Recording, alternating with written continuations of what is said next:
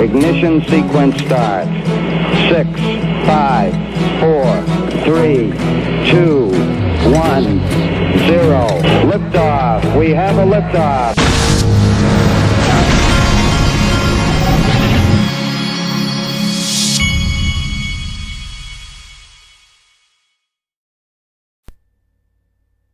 Hey everybody, this is the Digital Asset Investor, and I had a big problem this morning.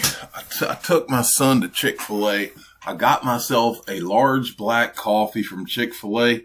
I sat down at my desk to have my coffee and put this show together, and I spilled the entire cup of coffee all over my desk. I had my computer I just bought, both sitting on the table. I had to lift them up while there's coffee all over the desk. It even got in, I'm wondering if it got into my earphones too that I have on right now. And I had to lift them up and scream for my son to bring towels and then sit them back down on the towels once he put it down on the desk.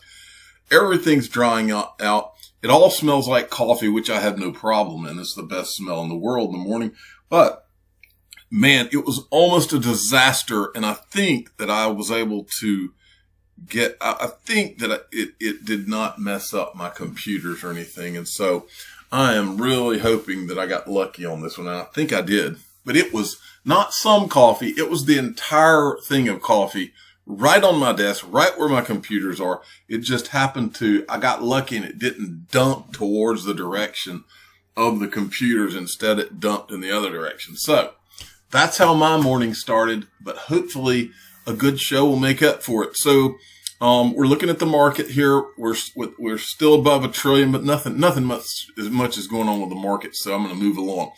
Michelle Vandenberg sent me this. Okay. Anders Zell is making a good point. He says, I think the issue with Ripple holding so much XRP is that regulators fear that Ripple could become the Saudi Aramco of digital assets. If XRP would go to $100, Ripple would sit on $5.5 trillion worth of XRP. And they could use as their war chest. Think about it. I've said this for over 2 years. The idea that XRP in escrow is that one company and one group of people is going to be able to allowed to control and have that escrow is silly on its face if you know anything about history. But if you don't know anything about history, let me show you. It's called AntiTrust Laws, and here's a summary of how this works. This is why I have always said Ripple will not. I've never believed that they actually were the ones in control of all that escrow anyway. I think that it's been either pre-allocated or pre-something, because it wouldn't be allowed. The United States is not going to let one little startup, 7-year startup, be in control of trillions of dollars to be literally as powerful as a country. It's not going to happen. Never was going to happen. Watch this.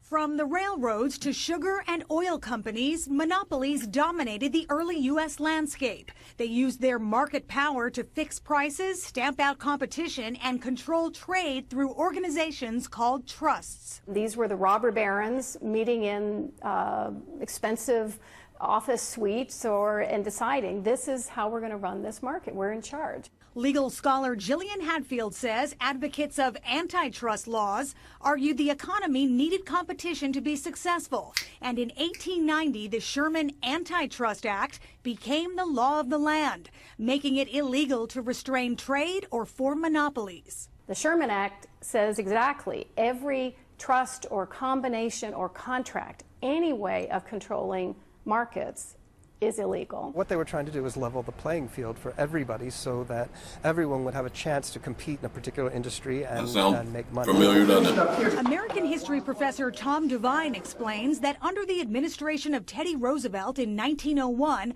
trust busting, the breaking up of monopolies by the government, became a household phrase. Among the first targets were the railroads. Then came Standard Oil. A lot of Roosevelt's trust busting, sometimes it's been overstated how much it really changed the economic power relationship, but it's certainly made people look to Washington to regulate business. But in the 1970s, appeals court judge Robert Bork changed the approach to antitrust by introducing economics and shifting the focus from protecting citizens to consumer welfare, meaning it doesn't matter how big businesses are as long as they offer low prices to the masses. And that paved the way for giant chain stores like Walmart and eventually Amazon, the mother of all online retail. Lots of us love what we're getting from Amazon, but it raises all kinds of new challenges. What happens to the grocery stores? What happens to the bookstores? And now another huge case before the court brings... Anyway, I think you get it. The gist of it is the governments do not let companies, and right now, what you're seeing right now online, with all of the censorship and different things, all kinds of issues are coming up right now with some of these giants in technology. The government in the long term does not allow these kind of things. They don't allow companies to be so powerful that they have the power of a government, especially when you're seeing what's going on right now. I always knew that wasn't going to happen. Joker makes a very good point. XRP pumps, and he's got a new handle at CryptoJoker12. XRP pumps to 75 cents levels, and SEC cannot do anything about it. You think it is not possible? I think it is. For example, Very did 240% after the SEC called it a security. And this is a judgment that was had against this very initial coin offering. And he's talking about how it went up 239% after they called it a security. And I'll reemphasize, we don't know what they're going to call XRP. They could call it some hybrid of a security. They could say, oh, it's a security. They could come up with some new test that says, well, sometimes it's a security, sometimes it's a commodity, and sometimes it's a currency, depending on how you're using it. Who knows? They could say that it's one thing if it's just being held by we as investors, or it's another thing if it's being held by a central bank or a bank for use in their operations. Who knows what they're going to do or what they can do?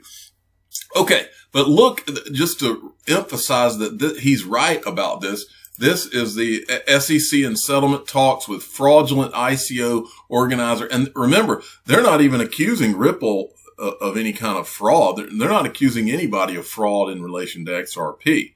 So this one was even worse, and they came out of it. And they're even on CoinMarketCap now. You can see it's up 26 cents today. This is very right here. And it's even got a Securities Exchange Commission thing up here that they announced that it has obtained a final judgment against proprietors of very initial coin offering who consented to an injunction against future violations of the anti-fraud provisions of the federal securities laws and agreed to pay nearly $9.5 million. And then Lisa Joe Key sent me this. This is from Caitlin Long, who's she's the woman in charge of the blockchain. What's it called? Blockchain Select Committee in Wyoming, and she's also the one that headed up. She's the founder CEO of Avanti Bank. It was one of those banks that got a bank charter in Wyoming. Hey peeps, lots of folks asking me about Anchorage OCC Trust Charter. Again, congrats to Anchorage, but OCC Trust Charter is narrower than Wyoming SPDI Charter. OCC Trust companies can't take deposits or directly access the Fed's payment system. Here's the thread I promised. I'm not going to go into this whole thread, but she has a long thread about all the differences and everything about what that charter means. Then this XRP Photographer makes a very good point. I know a lot has gone on this week, but we need to stay focused. And he's making the point here that 60,000. There's got to be more than 100,000 people in XRP land, and it's only got 60. It says it needs 60,951 signatures still. So you can go follow him at Milestone's photo, and then the link is right here to go sign the petition. That's the petition with the White House to get them to answer as far as the SEC suit. Brian Melancholy XRP sent me this. This is from Brian Hubbard. The OCC Brian Brooks speaks at the American Bar Association event with BPI's John Court won his last public appearance as acting comptroller. This guy makes me laugh because Brian Brooks is the freaking man, and I think he knows he's the man, but he's going to go down in history as one of the best things that ever happened to crypto. And there's also this. He received the Treasury Medal. Brian Brooks says, honored to receive the Treasury Medal from Secretary of Treasury Steve Mnuchin this morning. Thank you for the opportunity to serve. While we're staring at this picture, we may as well remind you that when the financial crisis happened, Steve Mnuchin bought, what was the name of that bank? IndyMac Bank, okay? He buys IndyMac Bank. He renames it One West Bank. And when he had it named it One West Bank, who were his right and left-hand men? Joseph Otting, I think that was his name, who was the OCC guy before Brian Brooks. And Brian Brooks was his other right-hand man. And then when they left, Mnuchin goes to Treasury, Brian Brooks goes to Coinbase, Otting goes to OCC. We also have seen a similar picture like this of Steve Mnuchin and Craig Phillips, who's on the board at Ripple. We also know that Steve Mnuchin was one of the people on the board at CIT Group that hired Stuart Alderati as the general counsel for CIT Group Bank, right? And Stuart Alderati is now left there to become general counsel of Ripple. Just wanted to make sure we outlined all of that. Riz XRP sent me this. Chris Giancarlo, who also represents Ripple, 1 year old, a lot more to come, digital dollar. David Treat, who works for Accenture, who was one of the first investors in Ripple. A year ago today, Chris Giancarlo and I officially launched the Digital Dollar Project. Looking forward to the road ahead, continuing to work with our great advisory board and partners. Let me pause this on TV so I can hear what this guy's saying later. Okay. So I wanted to now go to this. I was talking to my father, the official father of the Digital Asset Investor channel this morning, and he says, you know what? You need to remind your audience of all the things that have not changed about Ripple. And he made a very valid point. All of this stuff with the SEC and all, it's important that we're all reminded of everything, which is just about everything, that has not changed with Ripple. Have you noticed, for instance, you're not seeing anybody announcing that, oh, we're not going to be a customer of Ripple anymore. Have you noticed that? Usually when there's a big problem, you see things like that. You're not seeing it now. So I decided I would go and show you just some of the banks, some of the relationships, some of the connections, and remind you that nothing's changed and nothing stops this train. Leonidas has a great website. It's the go-to website for anything Ripple or XRP. It's xrparcade.com. That is what this is from. This is top 100 banks in the world and Ripple. This shows what, and he tells you what they are. Mitsubishi is a customer. HSBC, a customer. Bank of America, RippleNet Committee via Merrill Lynch. And there's rumors that they're a customer. Credit Agricole, customer. Japan Post Bank. Let's just go through some of these. Sumitomo, Mitsui Financial Group, Banco Santander, Barclays, Royal Bank of Canada, Toronto Dominion, UBS, Unicredit. I won't even say that one. Royal Bank of Scotland, Scotiabank, Banco, however you say that, Commonwealth Bank, Standard Chartered, Australia and New Zealand Bank, Rabobank, Nordea, Westpac, Bank of Montreal, DZ Bank, National Australia Bank. Does my son need to draw you a picture to present this any further to you? Now look at this. Here's the Ripple ecosystem. This is all the different kinds of companies that have anything to do with it. And he says type. So if you see university, they're probably a part of the university blockchain initiative, or they're running a node on the XRP ledger, or both, probably. But as you go down, here's the associations, blockchain for Europe. These are just the associations that Ripple is involved in. Okay. And then investors, Accenture, Seagate, Digital Ventures, IDG Capital, Lightspeed, Allblue, Andreessen Horowitz, Avant Global, Blockchain, Camp One, CME, Digital Currency Group. I mean, the list goes on and on and on. And then ODL exchanges, Bitstamp, then the technology partners, goes through all that. money transfer. Look at all these. American Express. Go to what's next after banks. It goes through all the banks. I mean, this guy spent some serious time. Payments, gambling, you name it. He's got it here. Spring, which is now Ripple X. But the point is that none of this has changed. None of it. And I wanted to show you one other thing. Watch this. This is a Ripple timeline. Okay. And he starts he ends right here on December 22nd with the SEC suing Ripple. But if you want to see what this is really all about, go through this timeline. It is the most thorough timeline you will ever see on Ripple. It lays out everything that has happened, and there's just way too many things that have happened. I am not buying SEC is the end of Ripple, not in a million years. And then you can go to Ripple's website, the company section, Our Story. It's about us. Go to Our Story. 500 employees now, 9 global offices, 3 times year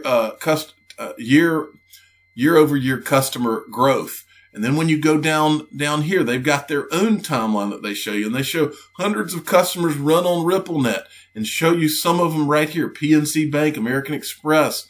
They've got Buy Americas. So, and then the leadership team, go through that, spend some time. Then you've got this, and I've shown you this before. I went over this just yesterday. This is what's called the Everest document. Everest is an NTT Data company. NTT Data is one of Ripple's partners. We went over this, how these guys, they created TCP/IP at MIT. And the guy that's becoming the SEC chairman is coming from MIT. All coincidences, right? And then go down here. This consortium is ground zero for what's about to happen to change the world. Let me go back up and look back at the timeline once again. Here's the timeline, 2020 to 2025. Blockchain solutions, capital markets, trade finance emerge, R3, DAH, Hyperledger Fabric, ILP Java becomes interoperability standard for Hyperledger Foundation projects. As we go down, look at all the people that are involved in Hyperledger. None of this has changed. All of these people are still in this Hyperledger consortium. And who else is in it? Yes, that would be Ripple. Because this has been the plan all along. There's R3. Here's something else. NTT Data. Ready for blockchain revolution? This lays it all out. Look over here. It says NTT Data can help. An early adopter of blockchain, NTT Data has the expertise to help your organization determine if blockchain is right for you. Look down here. Member of blockchain-focused consortiums such as Enterprise Ethereum Alliance, R3 Corda, and Ripple. Contributor to the Hyperledger Quilt, Interledger Protocol, and Hyperledger. Founding member of the Hyperledger project, which promotes blockchain technology for enterprise use. Established the blockchain consortium with members representing various industries. This is so much bigger than even the United States. This is a worldwide thing. They've been planning it for probably decades. I'm the digital asset investor. I'm not an investment advisor. This is for entertainment purposes only. Please subscribe, hit the like button, and tell your friends and family that it is on like Donkey Kong for Ripple and XRP and always has been. Thank you for listening.